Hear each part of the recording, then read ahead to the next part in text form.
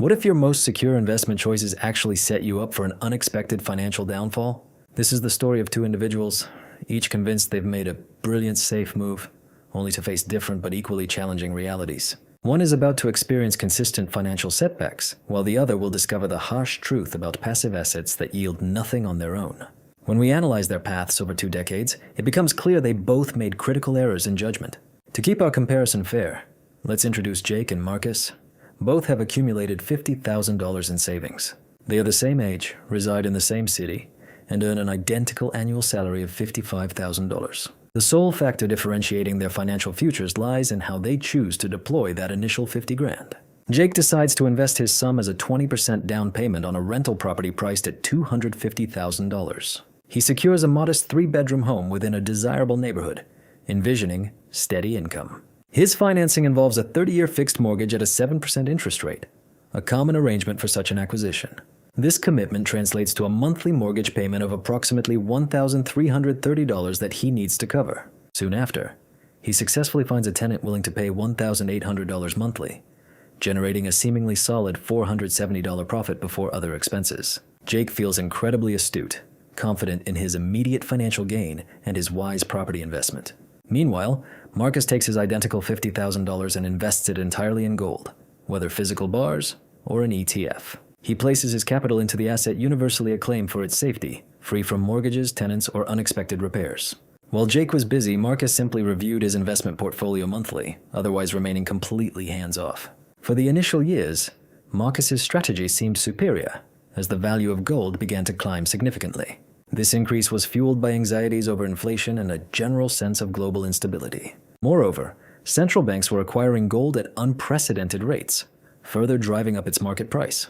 Within just 1 year, gold experienced an impressive appreciation, soaring between 25% and 30%. Consequently, Marcus's initial $50,000 investment rapidly grew, now valued at $63,000 or even more.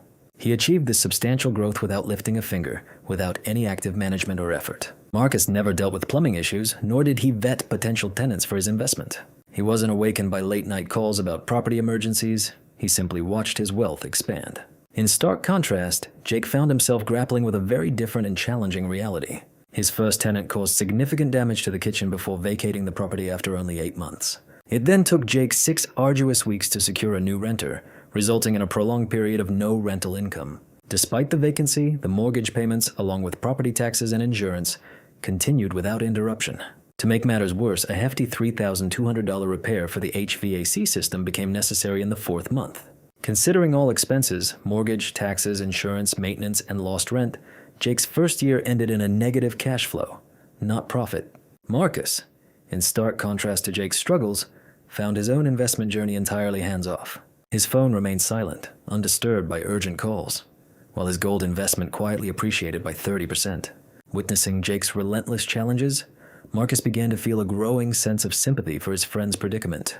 However, there was a critical truth about gold that nobody had yet shared with Marcus. Gold, by its very nature, is an unproductive asset. It generates no income, no rent, no dividends, nor any interest. It simply exists, a shiny, inert brick that will never send you a check or any form of yield. The sole method for Marcus to profit from his gold investment depended entirely on an increase in its market price. Should the price stagnate, he would earn absolutely nothing, while the insidious force of inflation gradually eroded his purchasing power. This isn't merely a theoretical risk. Historical data provides a compelling example of such a scenario.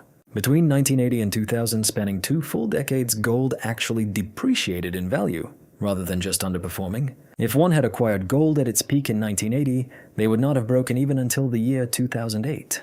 That's an astonishing 28-year period of holding an asset that delivered absolutely no financial return. Although Marcus didn't purchase his gold in 1980, his acquisition was made near an all-time high. Historically, entering the gold market at such elevated price points has consistently proven to be a dangerous strategy. Adding to these concerns, there's a significant tax issue to consider with gold investments. Beyond underperformance, from 1980 to 2000, a full 2 decades, gold actually decreased in value. This wasn't merely lagging behind other assets. It represented an actual erosion of capital for investors during that time. Let's examine the broader historical data on returns across different asset classes for a clearer picture. Between 1971 and 2024, gold delivered an average annual return of approximately 7.9%. In contrast, the stock market achieved a significantly higher average of 10.7% over that exact period. Leveraged real estate investments frequently demonstrated even superior financial gains compared to both gold and stocks. While gold has recently experienced an impressive surge, its past performance tells a different story. These periods of dramatic growth often lead people to overlook the many decades when gold remained largely stagnant. Now it's time to critically assess the financial picture from Jake's perspective and his real estate venture. That initial projection of a $470 monthly profit was, in truth, an unrealistic expectation from its very inception. A closer look at Jake's actual recurring monthly expenses reveals a substantial mortgage payment of $1,330. Additionally, he faces property tax obligations, which amount to roughly $250 each month. Insurance premiums add another consistent expense to his budget, typically around $100 per month. For maintenance and repairs, industry standards suggest allocating 1 to 2% of the home's value annually, equating to $200 to $400 monthly. Furthermore, potential vacancies represent a significant drain, with the national average indicating about 1 month of lost rental income per year. Should Jake opt for professional management, an additional 8 to 10% of his collected rent would be lost to fees. This translates to roughly $150 to $180 deducted from his income each month.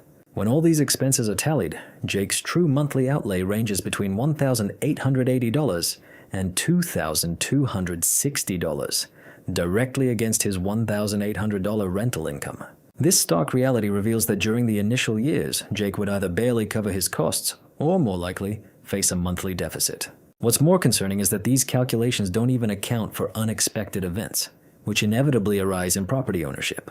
For instance, replacing an aging roof could set him back anywhere from $8,000 to $15,000. Similarly, a failing HVAC system could demand a significant investment of $5,000 to $10,000 for its replacement. Then there's the nightmare scenario of a tenant who stops paying rent and requires a lengthy 3-month eviction process.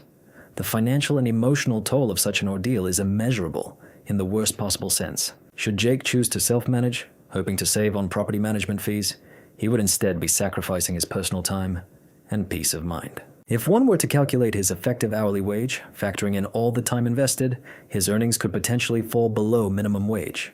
This clearly illustrates that real estate is far from a passive investment. It functions more as a demanding second job that many mistakenly label as a simple asset.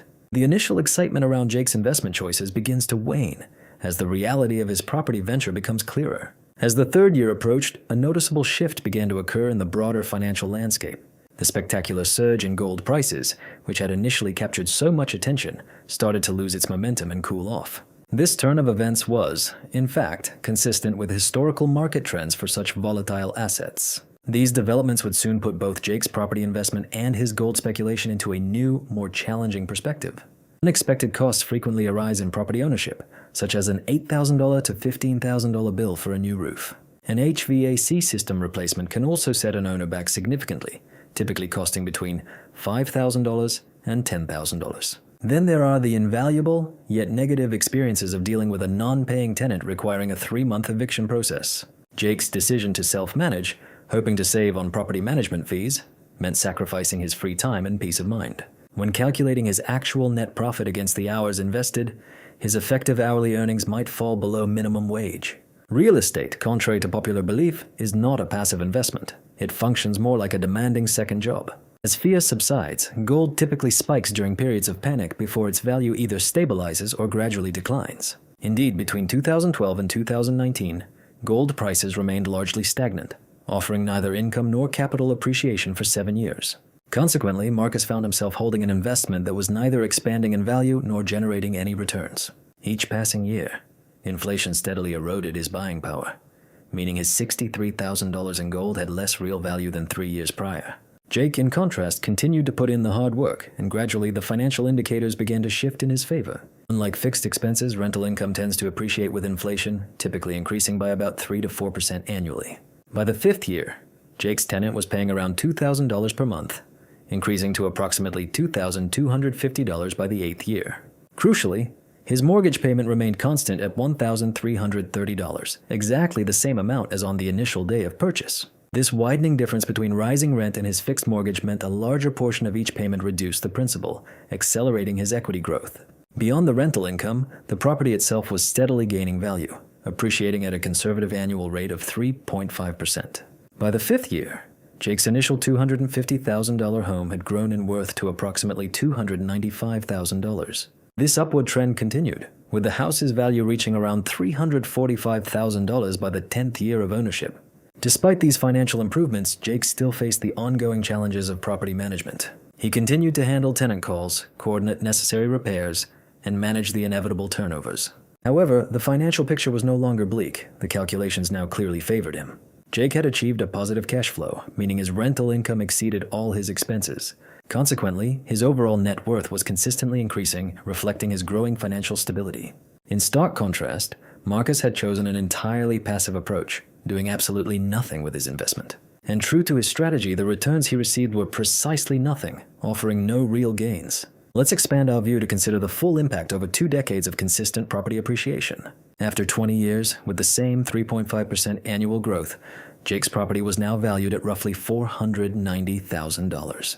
Simultaneously, his mortgage balance had significantly decreased, standing at approximately $128,000 after 2 decades of payments. This meant Jake had accumulated an impressive $362,000 in equity within the property.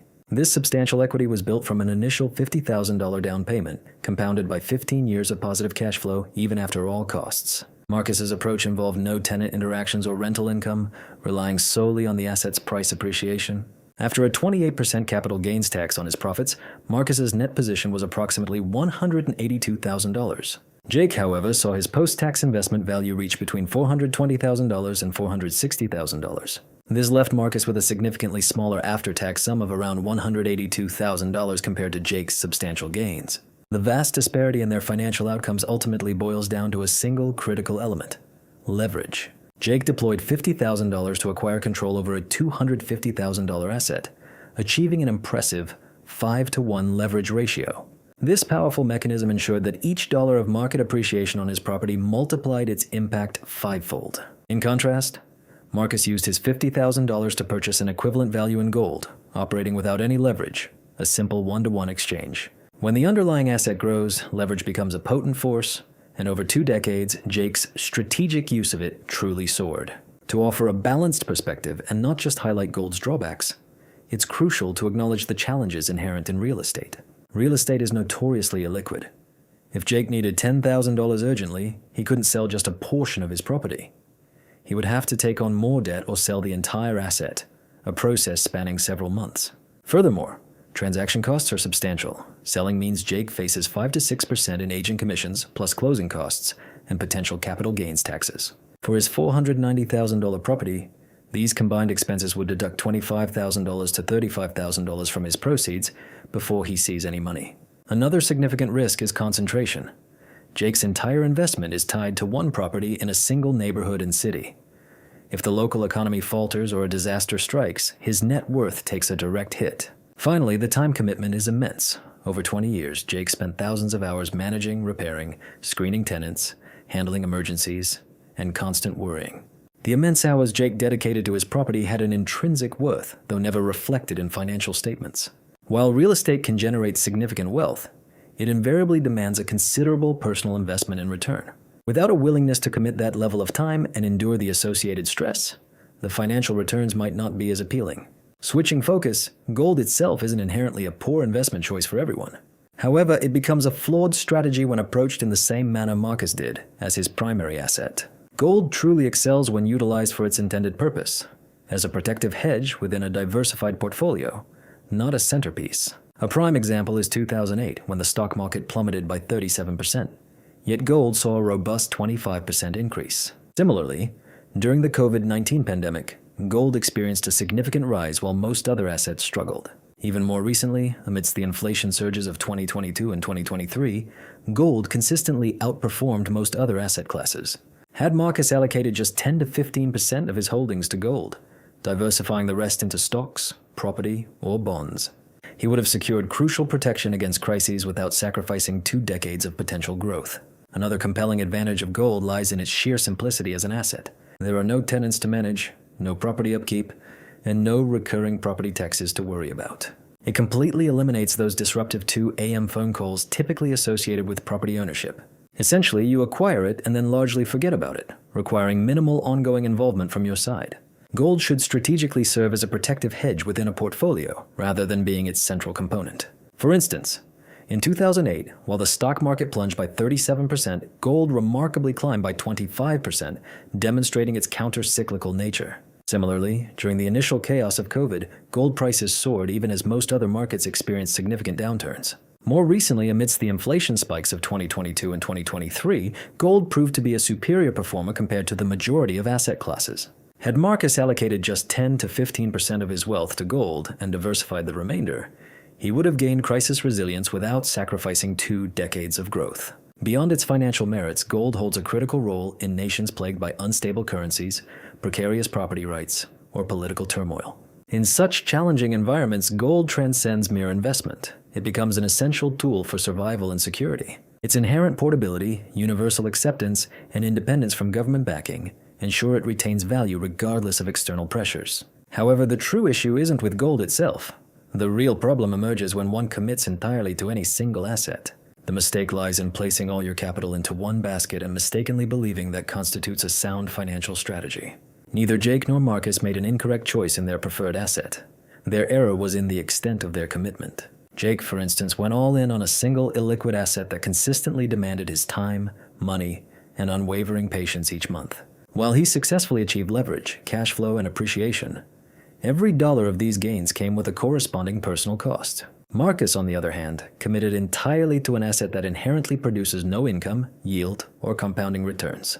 He certainly gained simplicity and crisis protection, but this strategy cost him 2 decades of potential earning power. The true pitfall isn't the choice of gold or real estate itself. It's failing to recognize the specific function each asset should serve within a broader financial plan. Consider gold as your protective shield, a form of financial armor. Conversely, real estate functions more like a productive engine, a working machine. You wouldn't go into combat wearing a machine, nor would you use a suit of armor to plow a field. Each asset has its distinct purpose, optimized for different scenarios and objectives. By employing these assets according to their inherent strengths, your financial calculations begin to align in your favor. This strategic understanding can transform your investment journey, making the numbers work for you, not against you. Perhaps you're curious if traditional stocks would have outperformed both of these individual approaches. We've already crunched those figures in a dedicated video comparing stocks versus real estate.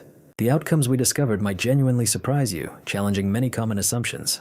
For those wondering how gold compares to the stock market on its own, focusing on pure, unleveraged returns. That in-depth analysis, examining dollar-for-dollar performance without tenants or leverage, is our very next topic. Don't miss out on these crucial insights and future revelations about smart, balanced investing. Ensure you subscribe now to stay fully informed and continually strengthen your financial knowledge.